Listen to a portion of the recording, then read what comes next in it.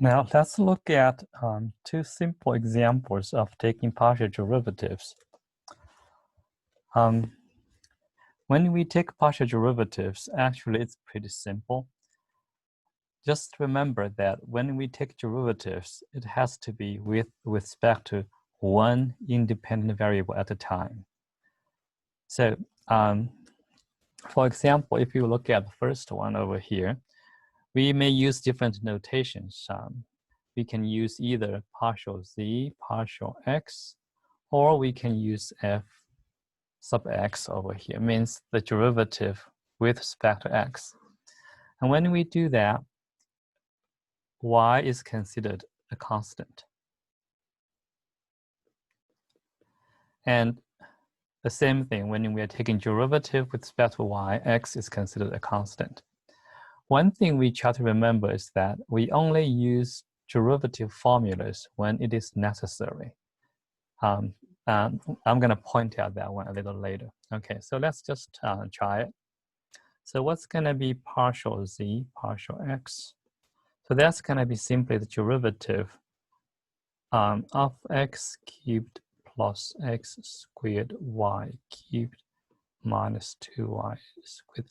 Let me use this notation we are familiar with, but we're going to put an x at the lower corner to indicate that's a derivative with respect to x. That's allowed. So for the first one, we have 3x squared. And for the second one, you may think it's a product, but y is a constant. So constant factor remains the same. So this is going to be just 2x times y cubed. Okay. And then last one is going to be minus. You may think it's going to be 4y, but that's not true. It's going to be simply 0. Okay. So be very careful when we are taking derivatives. We are taking derivative with respect to one variable. All other variables or parameters, they are constants. Okay. And so now we write down, this is going to be 3x squared and plus 2xy cubed. Okay. So let's practice one more time. And this time, we're going to take the derivative with respect to y. Okay. We copy the same function.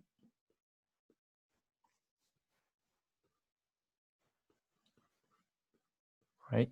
And then we take the derivative now with respect to y. X cubed derivative is going to be 0. Just be brave because x is considered a constant. And then second one, x squared times 3y squared. Okay. X squared is a constant factor. Last one, minus 4y. Okay. And then we rewrite it.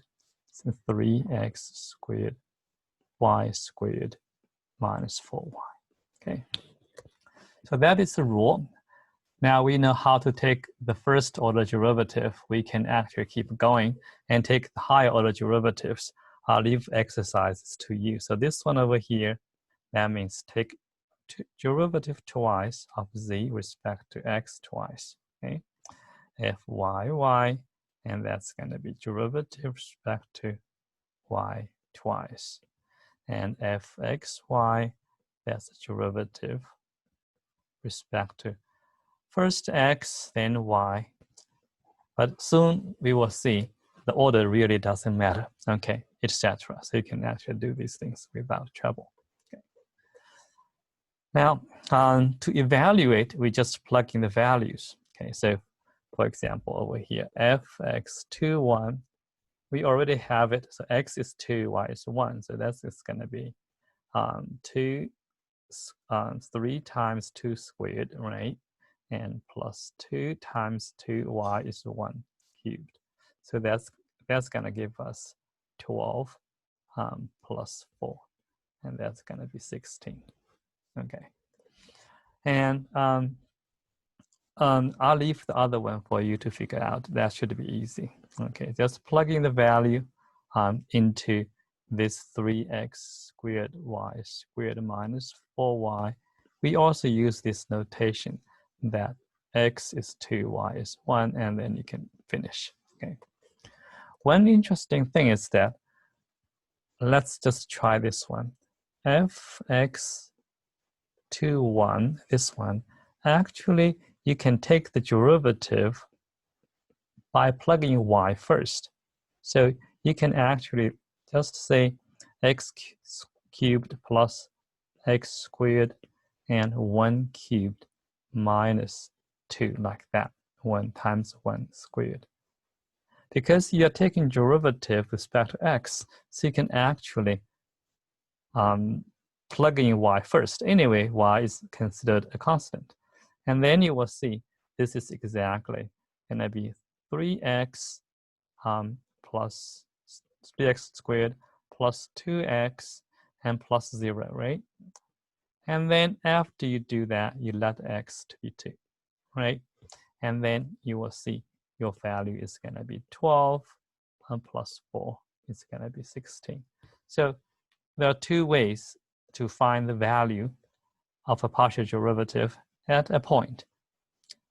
You can plug in the value of the constant variable first, and then you can take the derivative. Of course, you have to plug in the value of x later. All right. Let's pause over here, and then we are going to start the next problem.